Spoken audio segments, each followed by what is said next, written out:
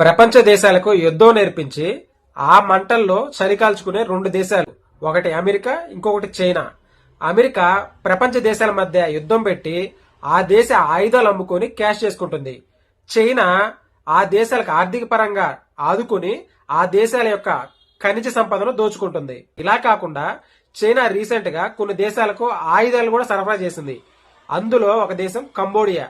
Recent గా China ఆయుధాలని Cambodia ప్రయోగిస్తే అవి తిరిగి కంబోడియా సైనికుల మీద పడి 8 మంది కంబోడియా సైనికులు మరణించారు. రీసెంట్ గా వెనుజులా ఇష్యూలో JY-27A, JY-11 అనే రాడార్ వ్యవస్థను చైనా వెనుజులాకు అందించింది.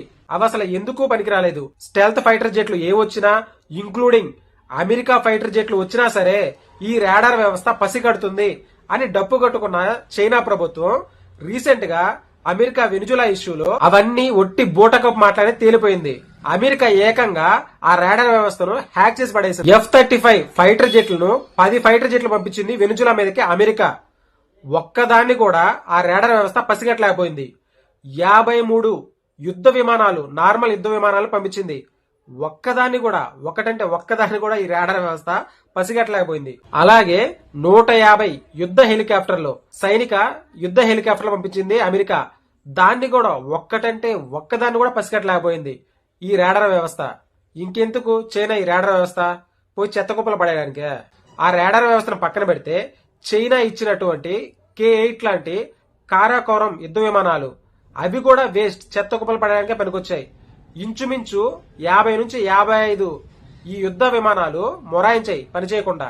ఈ ఇష్యూలన్నిటినీ ప్రపంచ దేశాలు గమనిస్తున్నాయి. ప్రపంచ దేశాలన్నీ గమనించి చైనా దగ్గర ఒప్పందం చేసుకున్న ప్రపంచ దేశాలన్నీ ఇప్పుడు ఆ ఒప్పందాలని ఒక్కోటొక్కోటిగా క్యాన్సిల్ చేస్తూ వస్తున్నాయి. ఇదే జరిగితే చైనా ఆయుధ వ్యవస్థ కోలుకోలేని దెబ్బ తగులుతుంది.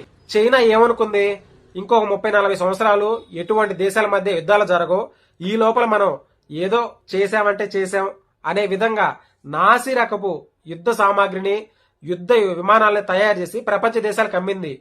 కానీ అది అనుకోని పరిస్థితి కారణంగా భారత్ చైనా యుద్ధం కావచ్చు, ఇప్పుడు అమెరికా వెనుజులా యుద్ధం కావచ్చు, కంబోడియా నెదర్లాండ్ యుద్ధాలు కావచ్చు, ఇటువంటి యుద్ధాల్లో చైనా ఆయుధాలు తుస్సుమంటున్నాయి.